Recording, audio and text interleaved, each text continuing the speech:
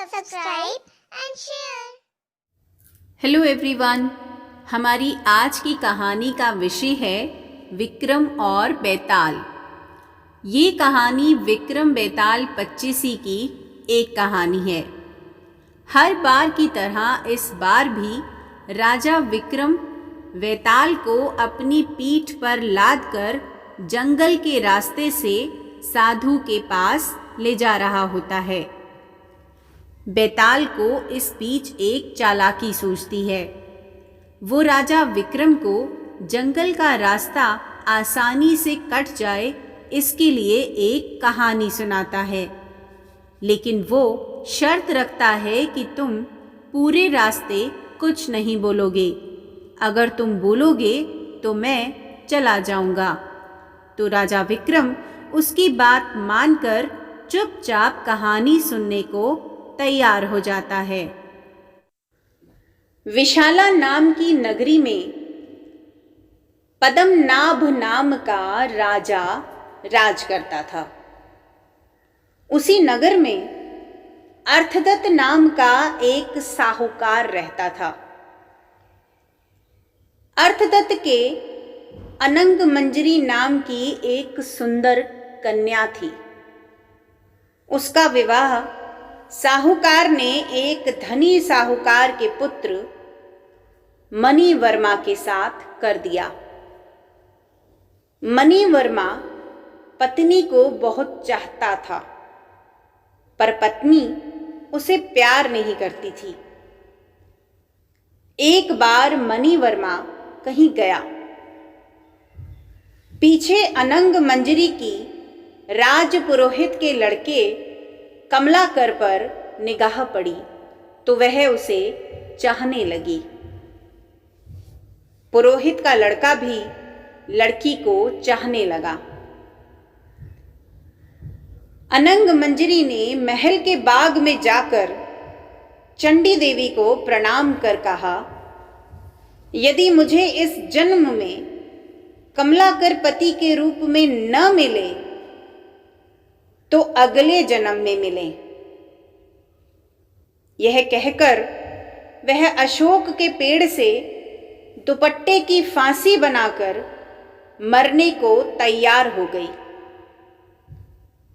लेकिन उसी समय उसकी एक सखी वहां पर पहुंच गई और उसे यह वचन देकर ले गई कि कमलाकर से उसे मिला देगी। उसकी दासी सवेरे कमलाकर के यहाँ गई और दोनों के बगीचे में मिलने का प्रबंध कर आई। कमलाकर आया और उसने अनंग मंजरी को देखा। वह बेताब होकर मिलने के लिए दौड़ा। मारे खुशी के अनंग मंजरी के हृदय की गति वहीं रुक गई और वह मर गई। उसे मरा देखकर कमलाकर का भी दिल फट गया और वह भी मर गया। उसी समय मणि वर्मा आ गया और अपनी स्त्री को पराये आदमी के साथ मरा देखकर बड़ा ही दुखी हुआ। वह अपनी स्त्री को इतना चाहता था कि उसका वियोग न सहने से उसके भी प्राण निकल गए। चारों ओर हाहाकार मच गया। तभी चंडी देवी प्रकट हुई और उसने सभी को जीवित कर दिया। इतनी कहानी सुनाकर बेताल ने राजा विक्रम से एक सवाल पूछा, हे राजन, यह बताओ कि इन तीनों में सबसे ज्यादा विराग में अंधा कौन था? तो राजा विक्रम ने जवाब दिया, मेरे विचार में मणि वर्मा विराग में सबसे ज्यादा अंधा था, क्योंकि वह अपनी पत्नी को पराये आदमी को प्यार करते देखकर भी शोक से मर गया। अनंग मंजरी और कमलाकर तो अचानक मिलने की खुशी से मरे, उसमें अचरज की कोई बात नहीं थी।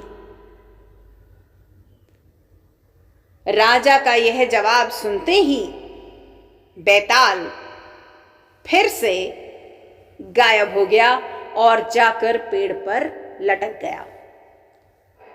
और राजा जाकर उसे ले आया तो रास्ते में बैताल ने कहा, हे राजन, मुझे इस बात की बड़ी खुशी है कि बिना जरा सा भी हैरान हुए तुम मेरे सारे सवालों का जवाब देते रहते हो और बार बार आने जाने की परेशानी उठाते रहते हो। आज मैं तुमसे एक बहुत ही भारी सवाल करूंगा, सोच कर उत्तर देना। इसके बाद बैताल ने एक नई कहानी सुनानी शुरू की। किसी नगर में मांडलिक नाम का राजा राज करता था। उसकी पत्नी का नाम चंद्रवती था। वह मालव देश के राजा की बेटी थी। उसके लावण्यवती नाम की एक कन्या थी। जब वह विवाह की योग्य हुई तो राजा के भाई बंधुओं ने उसका राज्य छीन लिया और उसे देश निकाला दे दिया।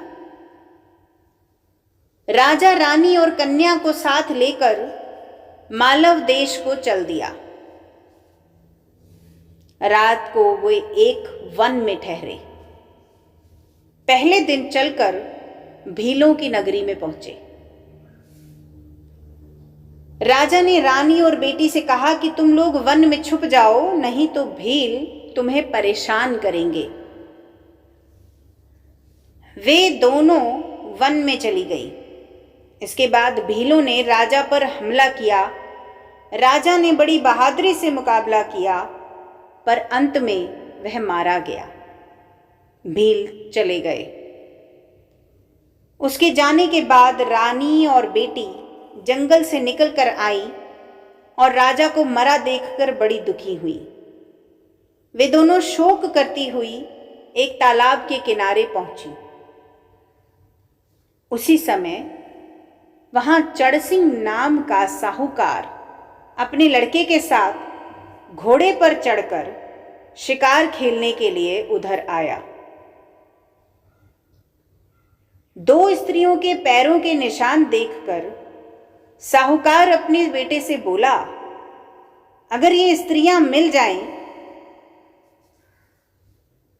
तो जिससे चाहो विवाह कर लेना। लड़के ने कहा, छोटे पैर वाली छोटी उम्र की होगी, उससे मैं विवाह कर लूंगा, आप बड़ी से कर लेना। साहूकार विवाह नहीं करना चाहता था, पर बेटे के बहुत कहने पर राजी हो गया। थोड़ा आगे बढ़ते ही उन्हें दोनों स्त्रियां दिखाई दी। साहूकार ने पूछा, तुम कौन हो? रानी ने सारा हाल कह सुनाया। साहूकार उन्हें अपने घर ले गया।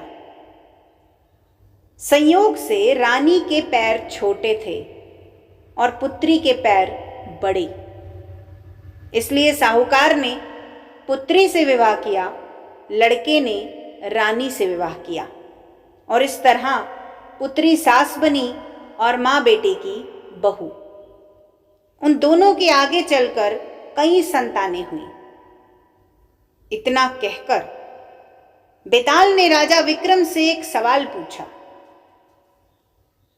बताइए राजन, मां बेटी के जो बच्चे हुए उनका आपस में क्या रिश्ता हुआ?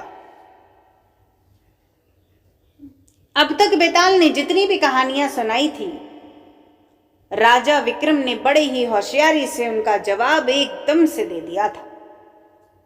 लेकिन यह सवाल सुनकर राजा बड़े चक्कर में पड़ गया।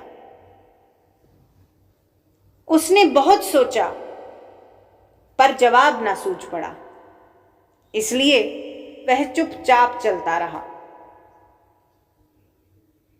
बैताल ये देखकर बोला, राजन, कोई बात नहीं है। मैं तुम्हारे धीरज और पराक्रम से खुश हूं। मैं अब इस मुर्दे से निकल जाता हूं। तुम इसे योगी के पास ले जाओ। जब वह तुम्हें इस मुर्दे को सिर झुकाकर प्रणाम करने को कहे तो तुम कह देना कि पहले आप करके दिखाओ। जब वह सिर झुकाकर बताए तो तुम उसका सर काट लेना। उसका बलिदान करके तुम सारी पृथ्वी के राजा बन जाओगे, और अगर सिर नहीं काटा तो वह तुम्हारी बलि देकर सिद्धि प्राप्त करेगा। इतना कहकर बेताल चला गया और राजा मुर्दे को लेकर योगी के पास आया। योगी राजा को और मुर्दे को देखकर बेहद प्रसन्न हुआ। बोला, हे राजन, तुमने यह कठिन काम करके मेरे साथ बड़ा उपकार किया है। तुम सचमुच सारे राजाओं में श्रेष्ठ हो। इतना कहकर उसने मुर्दे को उसके कंधे से उतार लिया और उसे स्नान कराकर फूलों की मालाओं से सजाकर रख दिया।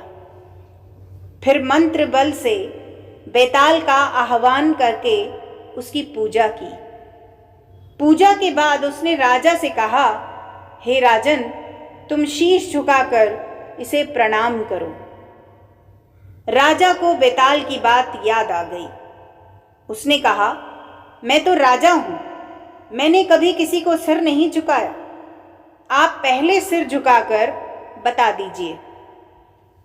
योगी ने जैसे ही सिर झुकाया, राजा ने तलवार से उसका सिर काट दिया। बेताल बड़ा खुश हुआ। बोला, राजन, यह योगी विद्याधरों का स्वामी बनना चाहता था। यह पूरा ढोंगी था, लेकिन अब तुम स्वामी बनोगे। मैंने तुम्हें बहुत हैरान किया है, परेशान किया है। तुम जो चाहो सो मुझसे मांग लो। राजा ने कहा, अगर आप मुझसे खुश हैं तो मेरी प्रार्थना है कि आपने जो 24 कहानियां सुनाई, वे और 25वीं कहानी यह सारे संसार में प्रसिद्ध हो जाए और लोग इन्हें बड़े आदर से पढ़ें और सुनें। बेताल ने कहा, राजन, ऐसा ही होगा। ये सारी कथाएं, कहानियां बेताल 25 के नाम से मशहूर होंगी और जो इन्हें सुनेगा उनके पाप दूर हो जाएंगे। यह कहकर बेताल चला गया। उसके जाने के बाद शिवजी ने प्रकट होकर कहा, राजन, तुमने अच्छा किया जो इस दुष्ट साधु को मार डाला।